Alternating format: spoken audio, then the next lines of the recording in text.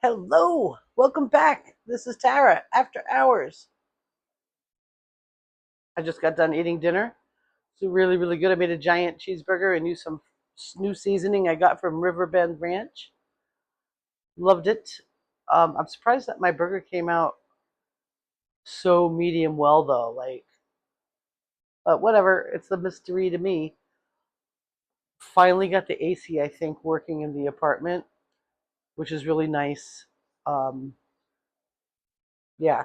So today was a longer day than expected. I was gonna have Sarah with me, but her tires were looking pretty shady, and coming over the mountain at 50 miles an hour probably wasn't a great idea. So I just went by myself, which is fine. Went to Maple Mountain. It's my favorite cleaning spot. And while I was there, something important came up and had to do with what we were talking about yesterday. So I want to talk about it. I'm also going to copy and paste. I put it in my notes on my phone because I didn't have a pad and paper with me. I really should start carrying that with me. Because it takes just as long to jot it down as it does to voice to text it into a note. Anyway, I was going to take my hair down, but I'm not. So let me get into this because I feel like there's something left out of yesterday, even though those 3 steps for achieving goals are solid. But there was something that I really wanted to get across to you today that I forgot to put in the video. It was part of what I wanted to talk about, but I realized I was going on, and I felt like it was really good and complete as it was. But today I'm like, I gotta go ahead and put a halt on that. So now that you know how to achieve your goals, you have no excuses. However, what do you do once those things happen? Outside of being a little aloof about it, how do you approach keeping those wonderful things that you have achieved and moving from there in a proper sequence of events instead of just kind of screwing everything up? This happens to a lot of people. It's definitely happened to me more than a billion times in my 54 years. It's called self-sabotage. It's a sin. Don't do it. Okay? But so now that you know, I want you to understand that being kind of aloof, or like as a matter of fact, when you receive your goals achieved. And I yesterday I talked about how that is a matter of faith. Of course you're going to have your goals achieved. Of course. It's been promised to you. Of course it will. I didn't want you to feel like you had to be like take it for granted. It's a fine line right there. So aloof does not mean that you aren't grateful. And one of the biggest things, and this is what I really wanted to make sure I had in yesterday, was when you achieve a goal, whether it's your health, fitness, work, abundance, money, gardening goals, home goals, car goal, whatever goals you got, relationship goals. If you don't find contentment where you're at, especially once you achieve a goal that you achieve, you need to have contentment. It's super important. It's not about obsessing oh my gosh, because we don't want to do that. We want to think about the goal that we have in a very concrete, remembering it already happened, remembering that it already happened, reminiscing even about how it already happened. I did that today on my ride home down my country roads. I was like praying to God, and I was like, you remember that day? And I went on and listed off all sorts of crazy things. I'm like, that is so amazing. And every time I started talking about, like, when my language shifted into I'll be able to, I quickly shifted back out. And it felt good, and it wasn't bad. And I think like God was smiling at me for it. So this is a danger that I see with some people. I see it with myself. You achieve a goal with God's help, of course, and You get there and you get complacent. The aloof part just goes away. The contentment part doesn't hang out for long. Your gratitude dissipates, and then things start falling apart again, and you start moving back towards where you were before you achieved that goal, instead of really just embracing what that goal is and why it's important for you to be aloof about it, because it's a matter of faith that you were going to get what you desired. Being content about it, because you should be content, and being grateful that it happened. If you can't keep yourself in line with that, you will find things fall apart. You will find that you'll be back at that situation where you were begging for a sign or looking for a way, and all these different things. So I encourage you that when you reach a goal and you get to a spot that you realize that there's something else or more that you want to add to it, that's when you begin the process again with the new goal.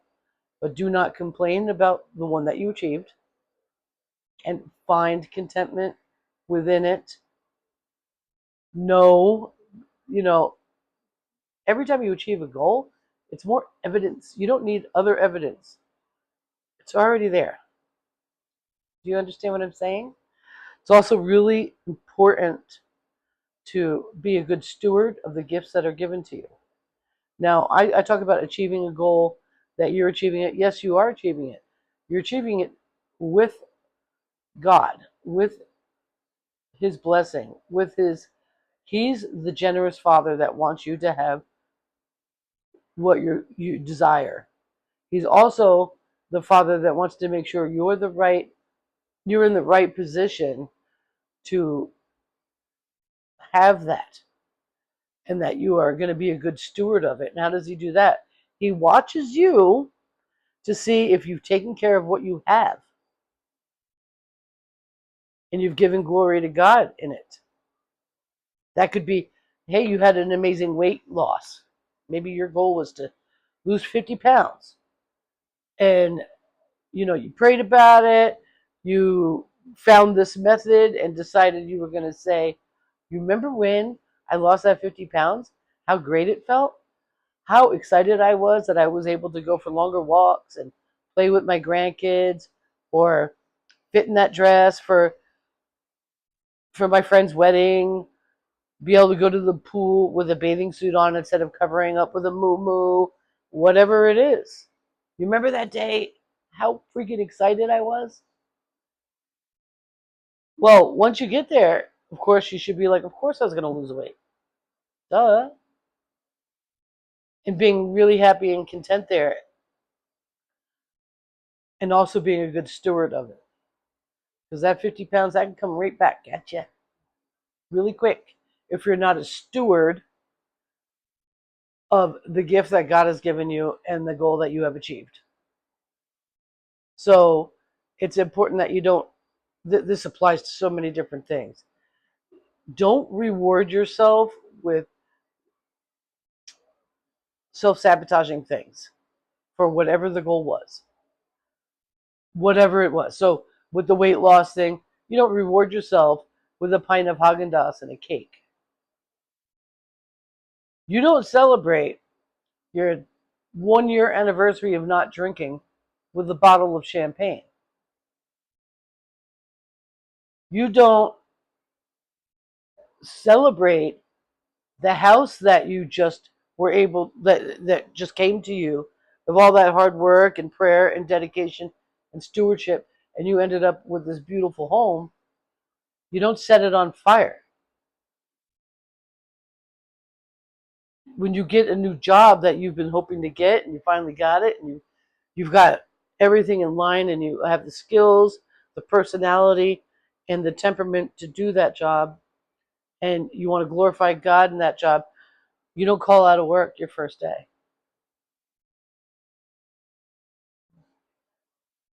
So beyond achieving a goal and being in a position where you can start to scale your goals, because you are going to have a different desire even if you achieve everything you want right now. you're going to have a new desire. It's how we're built. And there's nothing wrong with that. Some people will say, well, if you already have $2 billion, then why would you try to be getting another three? I don't know. I haven't been there. 2 billion. You know what I'm saying? Like, we can't be judgment. We have to really be careful about judging other people and their goals and how they. There are people out there right now that are achieving goals, and they may not be glorifying God in it. They may not be good. I talked about that yesterday. There's two different types of MDs. There's two. One that's going to do everything they can to help you get healthy, and one that's going to make sure they can do everything they can to get you on prescriptions. And if the doctor thinks that getting you on prescriptions is going to get you healthy, is naive or deceived or all of that. So you may see other people that are out there that you think, oh my gosh, how did they get that? They don't deserve that. They're an absolute piece of shit. They're an asshole. They're mean to their wife. They're mean to their kids. They're mean to their friends. They put their mom away. They did this. They just happen to know how to get to the goal. They understood how to get to the goal. They didn't have a goal of being a nice person as well as. So if your goal is to be financially wealthy, do you want to focus on that goal as a financially wealthy person that is generous? Is that part of your wealth manifestation? Generosity? It should be. But that's me. That's what I'm saying. So we can't look at other people, because that's when we start focusing on the lack of the things that we don't have. We start making assumptions and opinions about somebody else, and we do not understand. We aren't even getting our own goals put together, let alone have the right to diminish someone else in theirs. Even if you're right, it doesn't matter if you're right. It has nothing to do with it. So I want you to be. I want to recommend to you that you be a really good steward of the things that you are achieving. You are achieving them. You've locked arms with the big guy, and you're achieving these things. And your father, could not be any more proud. So excited. It's his joy that you achieve what it is that you are trying to achieve. And he will pave that path as you go. And he will pave a new path as you have more desires and have new achievements that you would like to make. And you won't be able to do it. You won't be able to do it without him, if that's how you want to do it. So, I heard a couple of things that I had this very interesting thing. I'm actually going to put it as my thumbnail, and I'll link the video that I heard it from.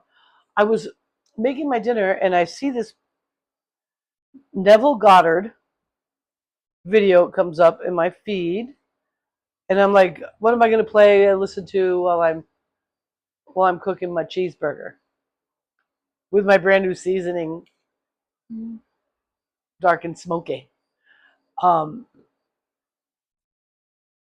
and there was a picture looking out.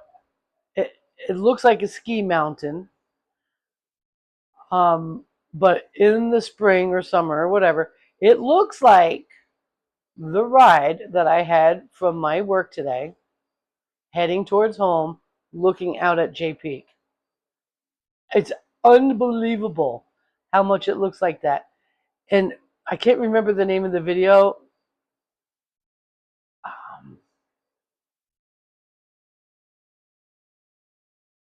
I can't remember the name of the video, but it was so epically perfect, especially after driving home and being really super grateful about that day that I received these things. because it's all there, you know. And I think that's really cool. So in that video, there were two quotes that I was listening to, and I'm like, write them down right now. So when we were talking yesterday about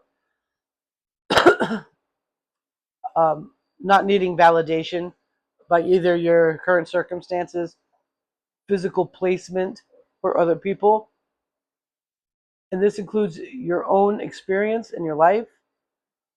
Are you the type of person that are going to use the experiences that you've had in your life negatively to your future life? And he said, your history is information, not your identity. Oh, gosh. I thought that was really cool. And your growth reminds them. Oh, so when you have that validation issue, you may notice that people will fall away. And that's fine. The right people will come into your life. Loneliness isn't real. I, I might be absolutely, completely bonkers wrong about that. I think I've been pretty fucking lonely in my life. But I was around a lot of people. So, yeah, I'll be, you might be very lonely, and I understand. I really, really do. But as you are achieving your goals and you're being a good steward to those goals, no matter what they are, you may see people fall away from having relationships that you thought or were very tight. And when they fall away, there's a reason. One of them is your growth reminds them of the changes they have yet to do.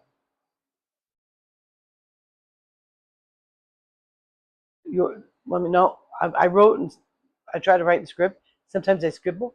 Your growth reminds them of the changes they have been neglecting. Your growth reminds them of the changes they have been neglecting. Those are the ones that are going to walk away. Sometimes you can be a very stark reminder to someone that is not even sure what they want, or they are caught in their own paradigm and running in a circle or on a treadmill,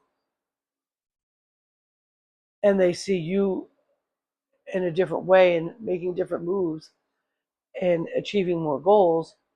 And instead of being really excited and wanting to know more, how'd you do that? Could you tell me what you did? Can you teach me what you thought and why you were able to do it? They just pull away from it because they're not ready. Those are the people that are afraid of missing out on the life that they cling to. So, yeah, I wanted to come to you today with that. What are we at, 18 minutes? That's pretty exciting. So, I'm going to go. I think that's it. Yeah, yeah, I think that's it. I think I did a good job. I am going to copy and paste what I put in the notes because that's raw. It's voice to text. It's probably going to look terrible. Maybe I'll edit for punctuation. I will put the Neville Goddard video in the description as well so you can check it out. And I don't know if I should put it as a thumbnail. Yeah, I'll put it as a thumbnail. If somebody gets mad at me, then I'll take it down. And I'll just leave a regular thumbnail. I couldn't believe it. It was like, so anyway, yeah, I don't have very many dishes to do, which is great. The apartment is cool. Life is good. And yeah, cat's very nice. Fancy jumped up on here before. It They both like started looking at the door. You can't get to my door. There's only one way to get to my door. And most people don't know that way. I would have to unlock doors. So, very interesting. The perception that animals have compared to us is very different. You have little murder mittens. Very sweet. So, all right, I'm out of here. I guess I just had to make it another 2 minutes longer. My goodness. You have a beautiful day. I'll see you on the other side. Love you long time. And maybe because I feel like chatting, I will make another video doing a longer, drawn out vlog kind of thing. But for now, I love you, and I'll see you later. Bye.